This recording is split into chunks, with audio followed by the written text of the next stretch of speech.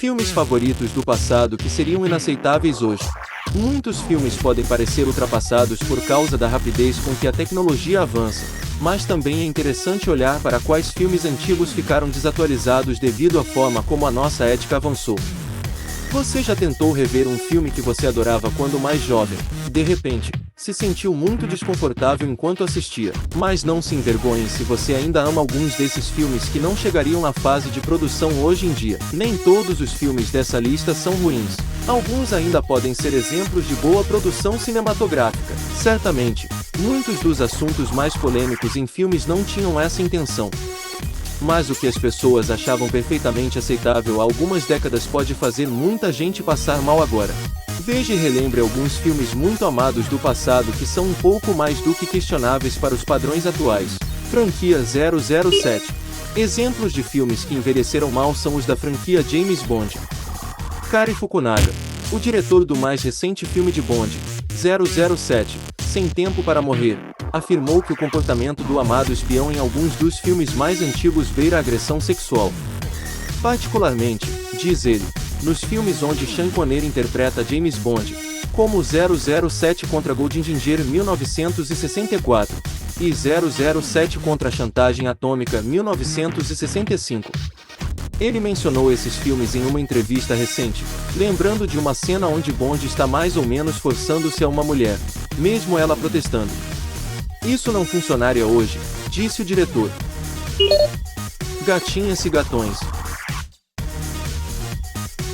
Embora este filme de John Hughes tenha sido um enorme sucesso tanto para Molly Ringwald quanto para os anos 80, agora é amplamente criticado. O principal interesse amoroso é um acessório para agressão sexual cometida por Ted, que viola uma garota fortemente embriagada. Até Ringwald criticou o filme. Avatar. Apesar de ter feito um sucesso inicial em seu lançamento, Avatar tem perdido desde então seu sentimento inspirador e tem sido criticado por seu complexo de Salvador branco, uma vez que é sobre um homem branco visitando uma terra estrangeira para salvar um grupo indígena de pessoas. Clube dos Cinco.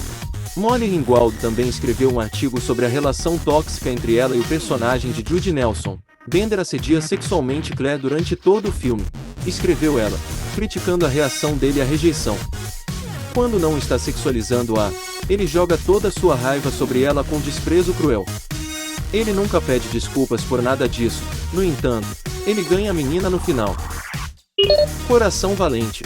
O filme foi recebido pela primeira vez com aclamação da crítica e sucesso de bilheteria, mas, ao longo dos anos, tornou-se mais conhecido por suas muitas imprecisões históricas e brincadeirinhas. Dá até para ver um carro no fundo de uma das cenas de batalha. Ace Ventura, um detetive diferente. A comédia que lançou a carreira de Jim Carrey tem sido chamada de extremamente ofensiva e homofóbica. O clímax do filme mostra a aventura despindo a libidinosa Tenente Nyonin para expô-la como uma mulher trans. A sequência dessa cena mostra uma onda de homens vomitando em pânico homofóbico e transfóbico. Bonequinha de Luxo. Embora continue sendo um clássico de Audrey Hepburn, há uma grande falha no filme de 1961, Mr. Unyoshi, uma representação muito racista de um homem asiático. É interpretado por Mickey Rooney, um ator branco que se apresentou com um sotaque atroz e olhos puxados. A Vingança dos Nerds. Muitos admiravam este filme por ajudar os nerds a se sentirem vistos, em Hollywood, mas a trama de agressão sexual, o estereótipo asiático racista e a homofobia que o filme parecia tolerar não fazem nenhum favor aos nerds. Indiana Jones e o Templo da Perdição. Na edição em que Indiana vai para uma suposta Índia da era colonial, estereótipos raciais insidiosos de aldeões indianos e cultura hindu são vistos por muitos como grandes ofensas. E o Vento Levou. Considerado por alguns como um clássico do cinema, muita gente critica o filme por sua romantização da escravidão e da confederação. Ela é demais. Se a gente olhar além da nostalgia, este clássico dos anos 90 é sobre um cara, Fred Prinze Jr., que faz uma aposta de que ele pode transformar uma garota pouco atraente em uma linda rainha do baile, baseando-se em sua ideia de como uma mulher deve parecer e agir. Sem mencionar a tentativa de agressão sexual que é mostrada como uma piada. Procura-se M. O roteirista-diretor Kevin Smith dominou o cenário indie dos anos 90, mas este filme sobre um homem, Ben Affleck, perseguindo uma lésbica assumida, não respeitando sua sexualidade e perpetuando a ideia prejudicial de que uma lésbica pode ser transformada em heterossexual, pode ficar difícil de assistir. Contato de risco. Alguns anos depois de Procura-se-M, Ben Affleck estrelou mais um filme em que seu personagem, além de parecer misógino e homofóbico, tenta transformar uma lésbica em hétero. Um convidado bem trapalhão. Nesta comédia cult, amplamente elogiada por seu humor em 1968, é inevitável perceber que Peter Sellers está com o rosto colorido de marrom e usando um sotaque indiano desconfortável. Muitos argumentam que o desajeitado Ranbir Bakshi não tinha malícia quando escreveu o personagem, mas nem mesmo o humor deste filme envelheceu bem. Simplesmente Amor.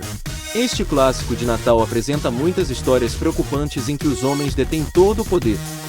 Numa delas, o primeiro-ministro demite Natalie depois que ela é aparentemente apalpada pelo presidente dos Estados Unidos. Há também a grosseria de Mark porque ele está apaixonado pela esposa de seu amigo.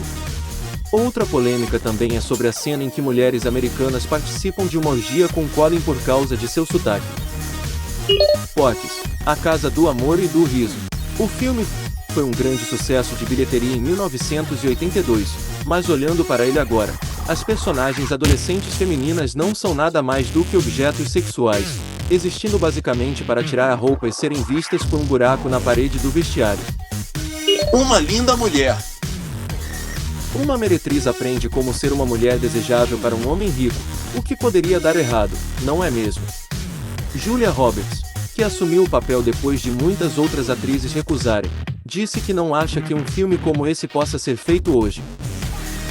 Blade Runner. Embora ainda seja considerado um clássico cult, muitas pessoas hoje se sentem desconfortáveis assistindo o personagem de Deckard essencialmente se forçar a Rachael enquanto ela tenta rejeitá-lo. Mulher Nota 1000. Um ex-clássico cult, este filme foi desde então chamado de pouco mais do que uma fantasia masculina misógina. Afinal, é sobre dois caras nerds que criam uma mulher perfeita, que fará o que quiserem. A Última Noite de Boris Grushenko. Este filme de 1975 mostrou o personagem de Woody Allen fazendo piadas extremamente íntimas sobre sua prima, interpretada por Diane Keaton, com quem ele se envolve romanticamente. Fica ainda mais difícil de digerir após as alegações da vida real de Allen. Rastros de Ódio. O western de John Ford de 1956, estrelado por John Wayne, é elogiado como um filme impressionante, mas o tratamento demonstrado aos indígenas americanos e a vontade do personagem de Wayne de matar a própria sobrinha porque ela dormiu com um homem comanche, ou foi abusada, é, no mínimo, inquietante. Um Sonho Possível. O livro de Michael Lewis foi um olhar aprofundado sobre o difícil caminho para o sucesso de Michael Weir.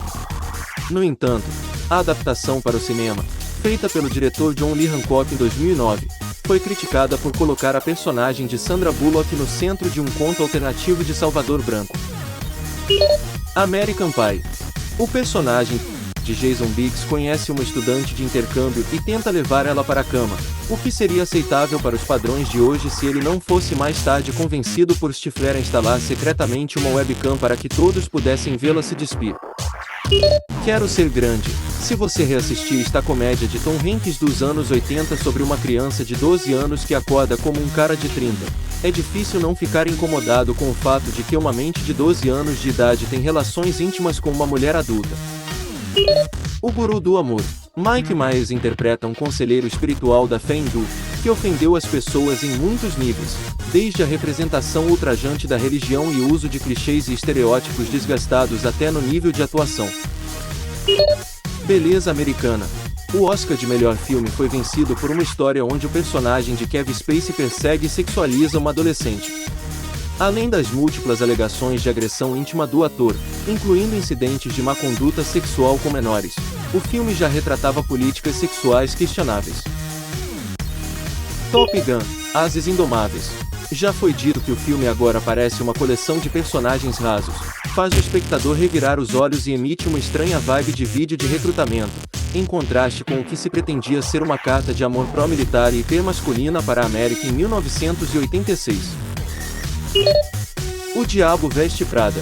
Embora esse filme ainda deva ser aplaudido por seu foco em mulheres bem-sucedidas e pelo desempenho de Meryl Streep, As mulheres ainda são vistas como vilãs por seu trabalho duro, colocadas umas contra as outras, e a personagem de Anne Hathaway tem que ficar se desculpando com o então namorado por se concentrar em sua carreira. O Último Tango em Paris, o drama erótico de Bernardo Bertolucci de 1972, sobre a relação de um empresário americano com uma parisiense muito mais jovem, já era difícil de assistir. Agora que sabemos que Bertolucci e Marlon Brando conspiraram para filmar uma cena de sexo não consensual sem contar a Maria Schneider, a coisa fica ainda mais complicada. Uma babá quase perfeita. Tudo parece divertido até a gente perceber que um homem vai contra as ordens judiciais e se disfarça como uma idosa para passar, secretamente, um tempo com os filhos. Só o grande Robin Williams poderia transformar este enredo de terror em algo divertido. Uma escola muito louca, um adolescente mimado, C. Thomas Ovell, posa como um jovem negro para conseguir uma bolsa de estudos em Harvard. Todo mundo sabe que blackface não é legal mesmo que seja dos anos 80. Mensagem para você. O conceito central do filme gira em torno de dois estranhos que se apaixonam sem nunca terem se visto. Sinais de perigo. E aí, gostou do vídeo? Deixe o seu like e compartilhe. Comenta aí, qual desses filmes você assistiu? E qual outro filme você acreditaria hoje ter problemas? Obrigado e fique com Deus.